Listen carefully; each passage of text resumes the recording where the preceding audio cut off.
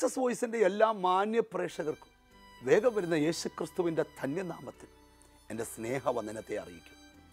അനുഗ്രഹിക്കപ്പെട്ട വചനവുമായി നിങ്ങളുടെ മധ്യത്തിൽ വരുവാൻ സർവകൃപാലുവായ ദൈവം തന്ന മഹാഭാഗ്യത്തിനായി ഞാൻ ദൈവത്തിന് സ്തോത്രം ചെയ്യുക. ഇന്നത്തെ വചനം നിങ്ങളോട് ദൈവം സംസാരിക്കും. നിങ്ങളുടെ ജീവിതത്തെ വചനം മാറ്റിമറിക്കും. നിങ്ങൾ ദൈവത്തിൽ നിന്ന് അത്ഭുതങ്ങളെ പ്രതീക്ഷിക്കുക. എല്ലാ വഴികളും അടയുമ്പോൾ ഞാൻ തന്നെ വഴിയും സത്യവും ജീവനും അരുളി ചെയ്ത നമ്മുടെ യേശു കർത്താവ് നിങ്ങൾക്ക് വേണ്ടി വഴി തുറക്കട്ടെ. ഈ എപ്പിസോഡ് നിങ്ങൾക്ക് കാണാനിടയായത് ഒരു ഫാമിലി നിമിത്തം. ആ ഫാമിലിക്ക് വേണ്ടി ആദ്യം പ്രാർത്ഥിക്കാൻ പോകും. കണ്ണുകളെ അടച്ച് നമുക്കൊന്നിച്ച് പ്രാർത്ഥിക്കാം. ഞങ്ങളെ സ്നേഹിക്കുന്ന ഞങ്ങളുടെ സ്വർഗസ്ഥ പിതാവ്, ഞങ്ങളോട് ചേർന്ന് പ്രാർത്ഥിക്കുന്ന മക്കൾക്ക് വേണ്ടി പ്രാർത്ഥിക്കുന്നു. ഇന്നത്തെ വചനം അവരുടെ ജീവിതത്തെ മാറ്റിമറിക്കണമേ. അവരുടെ ജീവിതത്തിൽ വലിയ വ്യത്യാസം കൽപ്പിക്കണം. ഹല്ലേലൂയ. ഈ എപ്പിസോഡ് സ്പോൺസർ ചെയ്ത ഫാമിലിക്ക് വേണ്ടി പ്രാർത്ഥിക്കുന്നു. ഹല്ലേലൂയ. കർത്താവേ, അവർക്ക് ദൈവം കൊടുത്ത വരുമാനത്തിൽ നിന്ന് നിൻ്റെ വേലയ്ക്ക് സമർപ്പിച്ച ഈ കൂട്ടായ്മയെ ദൈവം അംഗീകരിക്കണമേ. അവർ തന്ന പ്രാർത്ഥനാ വിഷയത്തെ ദൈവകരത്തിൽ സമർപ്പിക്കുക. യേശുവിൻ്റെ കരം തൊട്ട് ആ വിഷയത്തിന്മേൽ വിടുതൽ കൽപ്പിക്കണമേ എന്ന് പ്രാർത്ഥിക്കുന്നു. യേശു ക്രിസ്തുവിൻ നാമത്തിൽ തന്നെ ആമേൻ. ആമേൻ.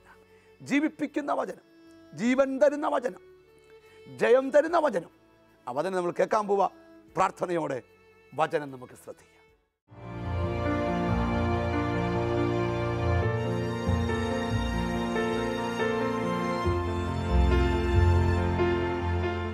ശമൂവേലിന്റെ 2-ാം പുസ്തകം 9-ാമത്തെ അധ്യായത്തിൽ നിന്നാണ് വായിക്കുന്നത്. 13-ാമത്തെ വാക്യമാണ് വായിക്കുന്നത്. 2 ശമൂവേലിന്റെ പുസ്തകം 9-ാം അധ്യായത്തിന്റെ 13-ാമത്തെ വാക്യം. ഇങ്ങനെ മെഫീബോശേത്ത് യെരുശലേമിൽ തന്നെ വസിച്ചു.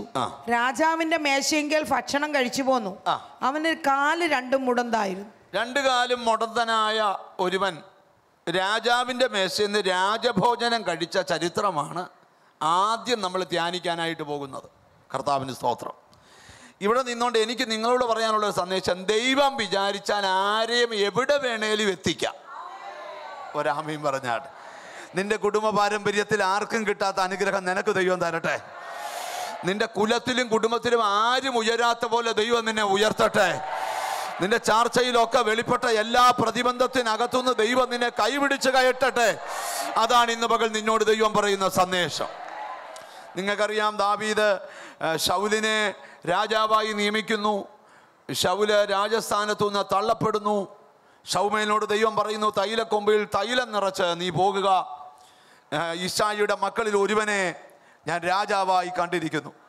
ഓരോരുത്തരെ കണ്ടപ്പം ശമൂവേൽ പ്രവാചകന് തോന്നി ഇവനാണ് ഇവനാണ് ഇവനാണ്. എന്നാൽ ഒടുവിൽ കർത്താവിന് സ്തോത്രം, ദൈവത്തിൻ്റെ ആത്മാവ് പറഞ്ഞ അവരാരുമല്ലെന്ന് പറഞ്ഞു. ഇനി ആരേലും ഉണ്ടോയെന്ന് ചോദിച്ചു യിശ്ശായിയോട്. നിന്റെ മക്കളിൽ ഒരുത്തനുണ്ട്, അവനെ ആടിനെ തീറ്റുക എന്ന് പറഞ്ഞു. ആളെ വിളിച്ച് വരുത്താൻ പറഞ്ഞു. ആളെ വിട്ട് അവനെ വിളിപ്പിച്ചു. അവനെ കണ്ടപ്പോൾ എൻ്റെ പ്രസംഗ ഭാഷയാ, തൈലക്കൊമ്പിലെ തൈലം നൊരച്ചു പൊങ്ങി. അഭിഷേകം ചെയ്യേണ്ടവനെ കണ്ട തൈലം വരെ ചലിക്കും. ശമൂവേലിന്റെ കയ്യിലിരുന്ന കൊമ്പിനകത്തിരുന്ന തൈലം നൊരച്ചു പൊങ്ങി. കാരണം ഇവന്റെ മേൽ ഒഴിക്കേണ്ട അഭിഷേക തൈലമാണ്. നിങ്ങൾക്കറിയാം, അങ്ങനെ അവൻ്റെ മേൽ അഭിഷേക തൈലം ഒഴിച്ചു. വീണ്ടും അവൻ കാട്ടിലേക്ക് പോയി. നിങ്ങൾക്കറിയാം, ശത്രുവിനെ പരാജയപ്പെടുത്തി പടക്കളത്തിൽ ഗത്യനായ ഗോലിയാത്ത് എന്ന മല്ലനെ ഒറ്റ കല്ലുകൊണ്ട് എറിഞ്ഞു വീഴ്ത്തി. മടങ്ങി വരുമ്പോൾ നിങ്ങൾക്കണേ ശൗല് ദാവീദിനെതിരാകുന്നു. അവിടെ ഒരു ചരിത്രം തുടങ്ങുന്നു. ദൈവത്തിന് ശൗലിന്റെ മകനായ യോനാഥാന്റെ ഹൃദയം ദാവീദിനോട് ഒട്ടുകയാണ്, പറ്റുകയാണ്. 1 ശമൂവേലിന്റെ പുസ്തകം 18-ാം അധ്യായം അതിൻ്റെ 1-ാമത്തെ വാക്യവും 3-ാമത്തെ വാക്യവും നിങ്ങൾ വായിച്ചാൽ ആ ഭാഗം നമുക്കവിടെ കാണാം. 1 ശമൂവേലിന്റെ പുസ്തകം 18-ാം അധ്യായത്തിൻ്റെ 1-ാമത്തെ വചനം നിങ്ങളത് വായിക്കുക. 3-ാമത്തെ വചനവും നിങ്ങൾ വായിക്കുക. വളരെ നല്ലതായിരിക്കും ആ വചനങ്ങൾ വായിക്കുന്നത്. ഹല്ലേലൂയ.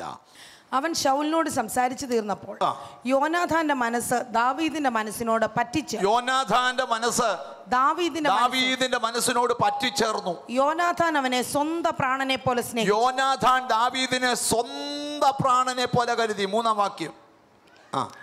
യോനാഥാൻ ദാവീദിനെ സ്വന്തം പ്രാണനെ പോലെ സ്നേഹിക്കൊണ്ട് അവനുമായി സഖ്യത ചെയ്തു. മതി, അത്രയും മതി. കർത്താവിന് സ്തോത്രം. ഇവിടെ 9-ാം അധ്യായത്തിൽ വരുമ്പം അതിന്റെ 1-ാമത്തെ വാക്യം കൂടെ നമുക്ക് വായിക്കാം, അപ്പൊ നിങ്ങൾക്ക് ഇച്ചിരി മനസ്സിലാകും. അനന്തരം ദാവീദ്, ഞാൻ യോനാഥാന്റെ നിമിത്തം ദയ കാണിക്കേണ്ടതിന് ശൗലിന്റെ കുടുംബത്തിൽ ആരെങ്കിലും ശേഷിച്ചിരിക്കുന്നുവോ എന്ന് അന്വേഷിച്ചു. ദാവീദ് രാജാവായപ്പം ദാവീദിന്റെ മനസ്സിലൊരു ആശയം, യോനാഥാന്റെ നിമിത്തം ദയ കാണിക്കേണ്ടത് ശൗലിന്റെ കുടുംബത്തിൽ ആരെങ്കിലും ശേഷിച്ചിരിക്കുന്നോ എന്ന് ദാവീദ് അന്വേഷിച്ചു. ഞാൻ നിന്നോടൊരു സന്ദേശം പറയാം. എല്ലാവരാലും കൈവിട്ടാലും ദൈവത്തിന് നിന്നെ ഉയർത്താൻ പ്ലാൻ ഉണ്ട്. നിന്നെ അന്വേഷിച്ചു വരും. ഒരാമയും പറയണം. എന്നോട് കർത്താവിന്റെ ആത്മാവ് ഇന്ന് പകൽ പ്രവചിക്കാൻ പറയുന്നു, ചിലരെ ദൈവം അന്വേഷിച്ചു വരിക. നീ ഇരിക്കുന്നിടത്ത് നിന്നെ ആളെ വിട്ട് വിളിപ്പിച്ച് നിന്റെ സ്ഥിതിക്ക് മാറ്റം വരുത്താൻ ദൈവത്തിന് പ്ലാനുണ്ട്. ചിലരോട് കർത്താവിന്റെ ആത്മാവ് തൊട്ട് പറയുകയാണ്, ആശയറ്റ നിന്റെ കൈ പിടിച്ചുയർത്തുവാൻ എന്റെ ദൈവം വലിയ പദ്ധതികൾ ഇടുകയാ. ഇവിടെ നിങ്ങൾ നോക്കിയേ, രാജാവിന് ഹല്ലേലൂയ മനസ്സലിവുണ്ടായി. അവിടെ നിങ്ങൾ ശ്രദ്ധിച്ചു കേട്ടോണം.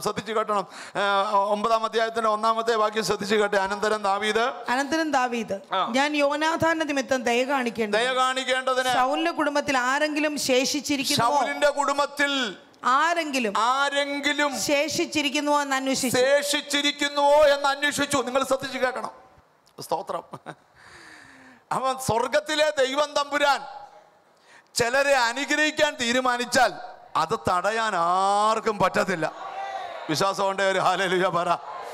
ഒന്ന് കൈ കൊടുത്തയച്ചു പറ, ദൈവം നിന്നെ അനുഗ്രഹിക്കാൻ തീരുമാനിച്ചാൽ അത് ആർക്കും തടയാൻ പറ്റത്തില്ലെന്ന് പറ. ഹല്ലേലൂയ. ഞാൻ ഒരു രാജ്യത്തെ പ്രസംഗിക്കാനായിട്ട് ചെന്നപ്പോഴേ ബൈബിളിൽ ഒരു വാക്യമുണ്ട്, രാജാക്കന്മാരുടെ ഉള്ളം ദൈവത്തിൻ്റെ കയ്യിൽ നീർത്തോട് കണക്കായിരിക്കും, നീ ഇഷ്ടമുള്ളിടത്തേക്ക് അവൻ അതിനെ. നിങ്ങൾ ആ വാക്യം വായിച്ചിട്ടുണ്ടോ? ഉണ്ടോ? രാജാക്കന്മാരുടെ ഉള്ളം ദൈവത്തിൻ്റെ കയ്യിൽ എങ്ങനെ ഇരിക്കുന്നു? ചിലർ ചോദിക്കും, പ്രാർത്ഥിച്ച എന്താ നടക്കാനാ? എൻ്റെ മോനെ, രാജ്യം ഭരിക്കുന്ന രാജാവിൻ്റെ ഹൃദയം തിരിക്കുന്നത് വരെ പ്രാർത്ഥനയാണ്. എൻ്റെ ദൈവമാ തിരിക്കുന്നതെന്നോ നല്ല ആമീൻ പറഞ്ഞാട്ട്. ഹല്ലേലൂയ. രാജാക്കന്മാരുടെ ഉള്ളം ദൈവത്തിൻ്റെ കയ്യിൽ എങ്ങനെ ഇരിക്കുക?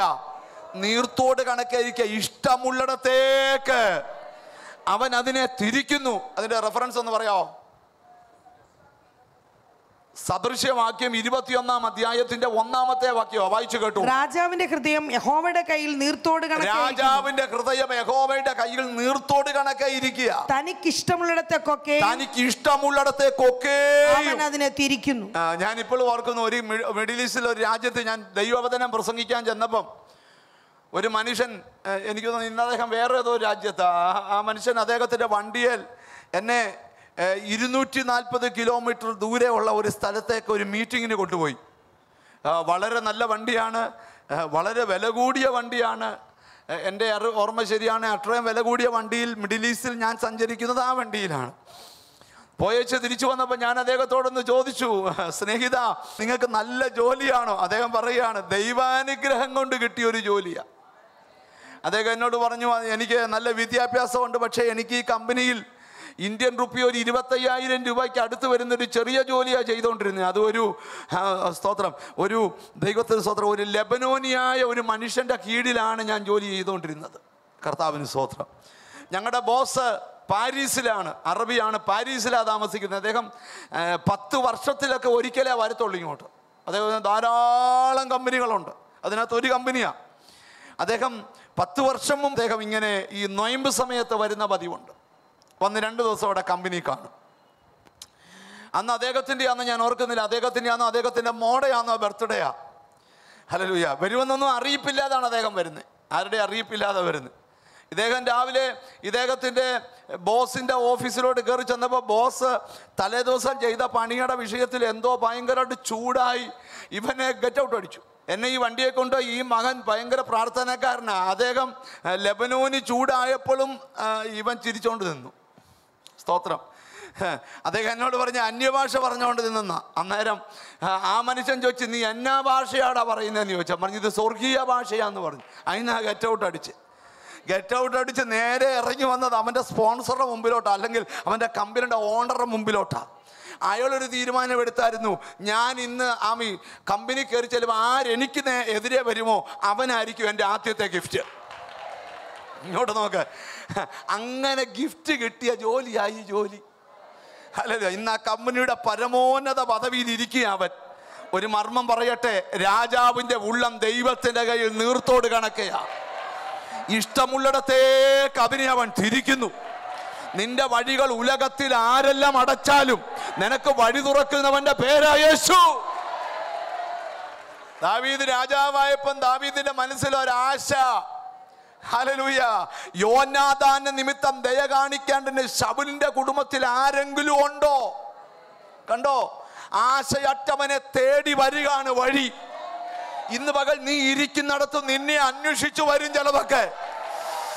നിന്നെ ദൈവം സ്ഥിതി മാറ്റാൻ തീരുമാനിച്ചാൽ, തള്ളിക്കളഞ്ഞവരുടെ നടുവിൽ, നിന്ദിക്കപ്പെട്ടവരുടെ നടുവിൽ ഇവൻ എങ്ങനാ മുടന്തനായെന്ന് ചരിത്രം ബൈബിളിൽ പറയുന്നുണ്ട്. അവനെ എടുത്തോണ്ട് ഓടുമ്പം കയ്യിൽ നിന്ന് താഴെ വീണ് മുടന്തനായി പോയതാ. സ്തോത്രം. രണ്ടു കാലും മുടന്തി. അവന്റെ പേരാണ് മെഫീബോശെത്ത്. ഹല്ലേലൂയ. വായിച്ചാട്ടെ അതിന്റെ രണ്ടാമത്തെ വാക്യം ശ്രദ്ധിച്ച്. അപ്പൊ നിങ്ങൾക്ക് ഇച്ചിരിയുടെ കാര്യങ്ങൾ മനസ്സിലാകും. രണ്ടാമത്തെ വാക്യം. ശൗലിന്റെ ഗൃഹത്തിൽ സീബ എന്നു പേരുള്ള ഒരു ഭൃത്യൻ ഉണ്ടായിരുന്നു. ഒന്നാമത്തെ വാക്യം പോലെ അങ്ങ് വായിക്കുന്ന. അനന്തരം ദാവീദ്, ഞാൻ യോനാഥാന നിമിത്തം ദയ കാണിക്കേണ്ടതിന് ശൗലിന്റെ കുടുംബത്തിൽ ആരെങ്കിലും ശേഷിച്ചിരിക്കുന്നുവോ എന്ന് അന്വേഷിച്ചു. ഞാൻ ഇവിടെ നിന്നോണ്ടൊരു ദൂത് പറയാം. നിന്റെ സ്ഥിതി മാറ്റാൻ ദൈവം തീരുമാനിച്ചാൽ നിന്നെ അന്വേഷിച്ചു വരും ചിലര്. അടുത്ത കേട്ടോണം. എന്നാൽ ശൗലിന്റെ ഗ്രഹത്തിൽ സീബ എന്ന പേരുള്ള ഒരു ഭൃത്യൻ ഉണ്ടായിരുന്നു. അവനെ ദാവീദിന്റെ അടുക്കൽ വിളിച്ചു വരുത്തി. രാജാവ് അവനോട് നീ സീബയോ എന്ന് ചോദിച്ചു. നീ സീബയാണോ എന്ന് ചോദിച്ചു. അടിയൻ എന്നവൻ പറഞ്ഞു, ഞാൻ ദൈവത്തിന്റെ ദയ കാണിക്കേണ്ടതിന് ശൗലിന്റെ കുടുംബത്തിൽ ആരെങ്കിലും ഉണ്ടോ എന്ന്. ശൗലിന്റെ കുടുംബത്തിൽ ഒരുത്തനെങ്കിലും ഉണ്ടോ എന്ന് ചോദിച്ചു. രാജാവ് ചോദിച്ചതിന് രണ്ടു കാലും മുടന്തനായി യോനാഥാന്റെ ഒരു മകനുണ്ട്. സീബ രാജാവിനോട് പറഞ്ഞു. അവൻ എവിടെയെന്ന് രാജാവ് ചോദിച്ചതിന് ലോദേബാറിൽ അമ്മിയേലിന്റെ മകനായ മാഖീരിന്റെ വീട്ടിലുണ്ട് എന്ന് സീബ പറഞ്ഞു കൊടുത്തു. രാജാവിനോട് പറഞ്ഞു. പിന്നെ അപ്പോൾ ദാവീദ് രാജാവ് ആളയച്ചു.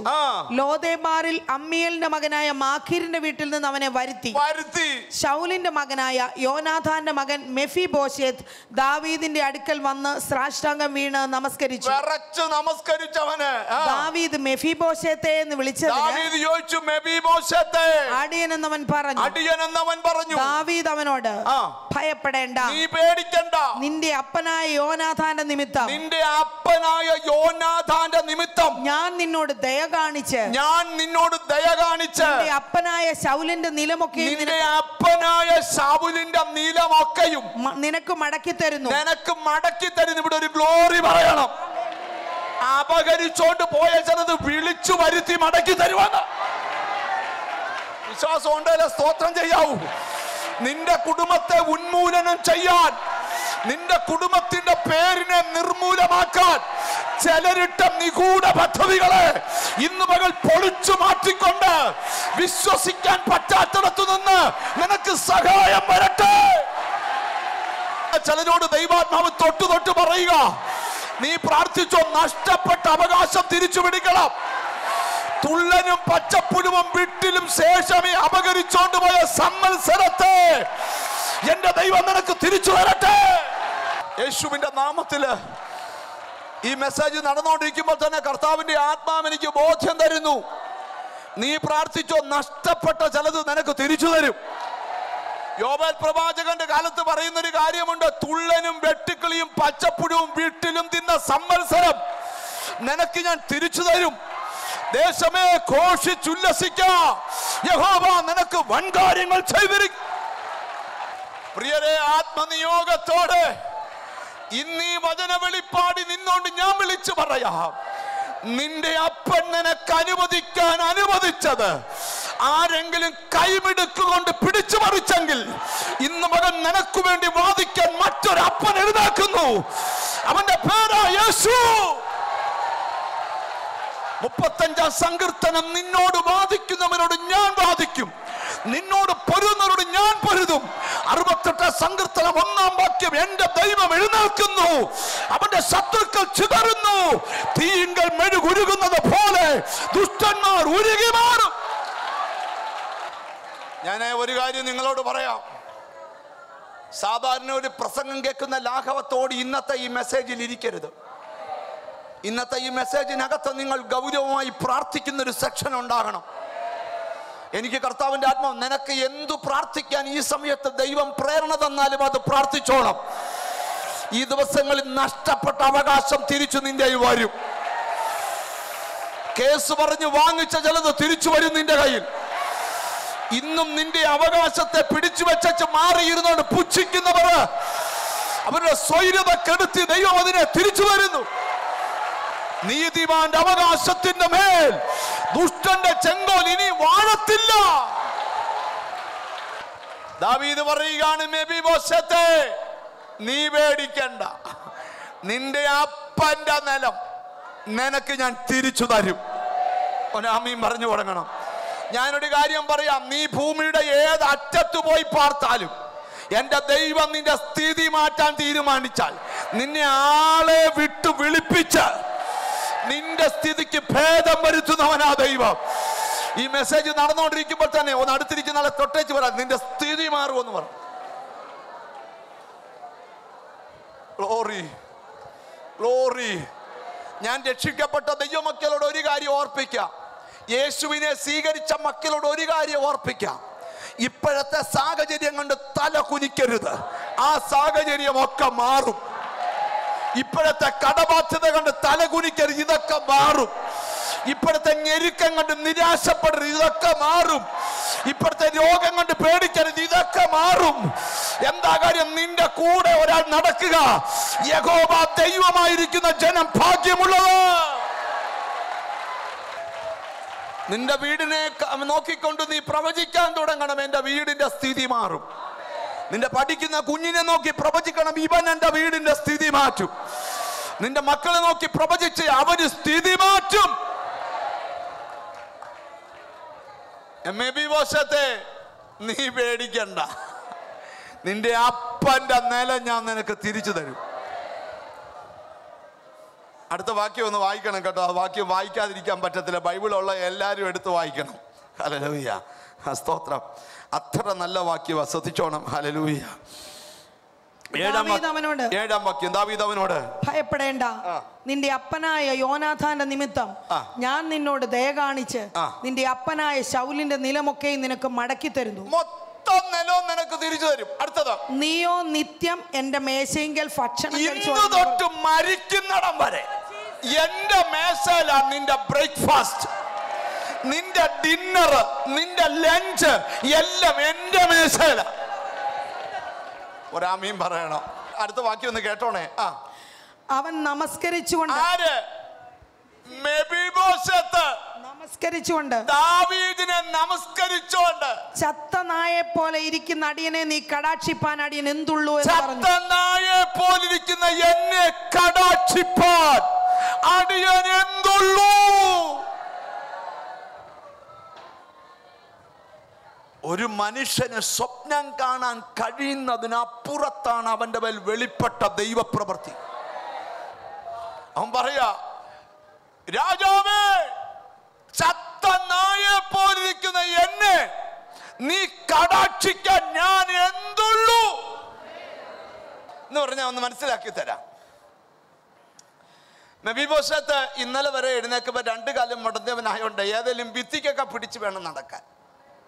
ഇപ്പം നേരെ മറിച്ച കട്ടിലെന്ന് എഴുന്നേപ്പിക്കുമ്പോഴേ ബ്യൂട്ടി പാർലറുകാർ വന്ന് ആദ്യം ഫേഷ്യൽ ചെയ്യും. വേണ്ട, മിണ്ടുന്നില്ല. രാജകൊട്ടാരത്തിലാ പരിപാടി, ഇങ്ങോട്ട് നോക്ക്. പിന്നെ അവര് തന്നെയായല്ല വാഷ് ചെയ്യുന്നു. എന്നിട്ട് നല്ല പൗഡറൊക്കെ പൂശി പെർഫ്യൂമൊക്കെ അടിച്ച് അത്തറൊക്കെ പൂശി ഇങ്ങോട്ട് നോക്കണം. വീൽ ചെയറിൽ ഇവനെ ഇരുത്തി ഉന്തി ഡൈനിങ് ടേബിളിൽ കൊണ്ട്. ഇപ്പം മെഫീബോശത്തിനെ കാണുന്ന അപ്പോയിന്റ്മെന്റ് എടുക്കണം. കൊട്ടാരത്തിൽ പോലെ കാണാൻ പറ്റും. സ്ഥിതി മാറ്റുന്ന കാര്യമാണ് പറയുന്നത്. ദൈവം എങ്ങനെ സ്ഥിതി മാറ്റുന്നെന്നുള്ള കാര്യമാണ് പറയുന്നത്. ഒരാമീൻ പറഞ്ഞു തുടങ്ങണം. ഹല്ലേലൂയ. ശ്രദ്ധിച്ചു കേട്ടെ. അതിന് താഴെ ഒരു വാക്യം കൂടെ ഉണ്ട്, അതോടെ ഒന്ന് വായിച്ചേക്കണേ. അപ്പോൾ രാജാവ് ശൗലിന്റെ ഭൃത്യനായ സീബയെ വിളിപ്പിച്ചു. അവനോട് കൽപ്പിച്ചത്, ശൗലിനും അവന്റെ സകല ഗ്രഹത്തിനുമുള്ളതൊക്കെ ഞാൻ നിന്റെ യജമാനന്റെ മകന് കൊടുത്തിരിക്കുന്നു. ഇന്നുച്ചയ്ക്ക് 3 മണിക്ക് പ്രമാണം നടക്കണമെന്ന്. അപഹരിച്ചോണ്ട് പോയവൻ ആരായാലും നിലം തിരിച്ച് മെഫീബോശത്തിന്റെ പേര് രജിസ്റ്റർ ചെയ്യണം. ആര് പറഞ്ഞാ കേൾക്കാത്തവനും യേശു പറഞ്ഞാ കേൾക്കും. കേട്ടില്ല കേൾപ്പിക്കും. ഇന്ന് ഉച്ചയ്ക്ക് രജിസ്ട്രേഷൻ നടക്കണം. ഇനി അടുത്ത കേട്ടോ, സീബയോട് പറയാ കേട്ടോ, നീയും നിന്റെ പുത്രന്മാരും നീയും നിന്റെ പിള്ളാരും. ഇവന് പിള്ളാരെന്ന് പറഞ്ഞ ഒരു ഞമ്മുടി പിള്ളാരാ താഴെ ഉണ്ട്. നീയും നിന്റെ പുത്രന്മാരും. അവന്റെ പിള്ളേരെത്രണമെന്ന് വായിച്ചേ. എന്നാൽ സീബയ്ക്ക് 15 പുത്രന്മാരും 15 പുത്രന്മാരും 20 വേലക്കാരും ഉണ്ടായി. ആ കേട്ടോ, ഒരു കൊച്ചു കല്യാണത്തിനുള്ള ആളുണ്ട് അവിടെ. 15 പുത്രന്മാര് 20 വേലക്കാര്. അവരുടെ പണി കേട്ടോ. നീ നിന്റെ പുത്രന്മാരും വേലക്കാരും നിന്റെ യജമാനന്റെ മകന് ഭക്ഷിപ്പാൻ ആഹാരം ഉണ്ടാകേണ്ടതിന് അവന് വേണ്ടി ആ നിലം കൃഷി ചെയ്ത് അനുഭവം എടുക്കണം. നിന്റെ യജമാനന്റെ മകനായ മെഫീബോശേത്ത് നിത്യം എന്റെ മേശയെങ്കിൽ ഭക്ഷണം കഴിച്ചോളൂ. നിന്റെ മക്കളും നിന്റെ ബാല്യക്കാരും നിന്റെ യജമാനന് വേണ്ടി വയലിൽ കൃഷി ഇറക്കണം. കൃഷി ഇറക്കിക്കോണം. അധ്വാനമല്ല ആർക്കും കൊടുത്തോളം, മെഫീബോശേത്തിന് കൊടുത്തോളം. അവന്റെ ഫുഡ് ഇവിടെ. നിന്നെ പുച്ഛിച്ചവനൊക്കെ നിന്നെ വന്ദിക്കുന്ന ദിവസങ്ങൾ വരിക. എഴുതി തള്ളിയവരുടെ മുമ്പിൽ മാനിക്കുന്ന ദൈവം. വിശ്വസിക്കുക, നിന്റെ സ്ഥിതി മാറ്റുന്ന ദൈവം. സ്ഥിതി മാറ്റുന്നത് ദൈവമാണെങ്കിൽ സ്ഥിതി വഷളാക്കുന്നത് സാത്താനാ. ഒരാമീൻ പറഞ്ഞാട്ടെ. എനിക്ക് കർത്താവിന്റെ ആത്മാവ് തരുന്ന വെളിപ്പാട് പറയാം. ചില കുടുംബങ്ങളുടെ സ്ഥിതി വഷളാക്കിയെങ്കിൽ ഇന്ന് പകൽ നീ വിശ്വസിക്ക, ആമീൻ, അതിനെ മാറ്റാൻ ദൈവത്തിന് ശക്തിയുണ്ട്.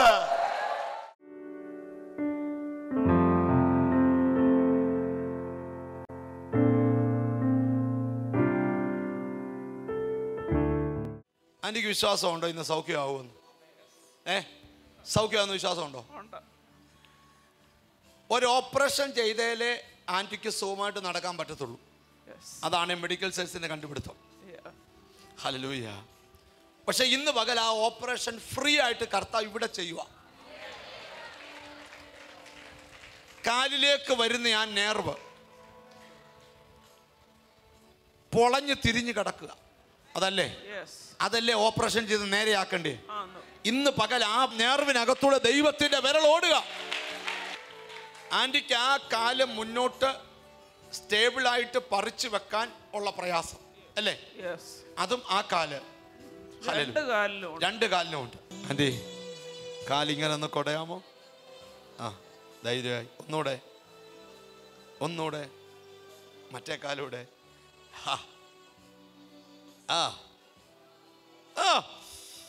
ആന്റി, ഇനി എങ്ങും പിടിക്കാതെ ആന്റി ഒന്ന് നടന്നാട്ട്, നല്ലതായിട്ട് കൈയൊക്കെ വീശി നടന്നേ. പിന്നെ ആന്റിക്കുള്ള ആ കുഴപ്പം ഉണ്ടോന്ന് നോക്കട്ടെ. തിരിച്ചു വാ ആന്റി, ഇച്ചിരുടെ സ്പീഡിൽ വാ ആന്റി, കൈയൊക്കെ വീശി.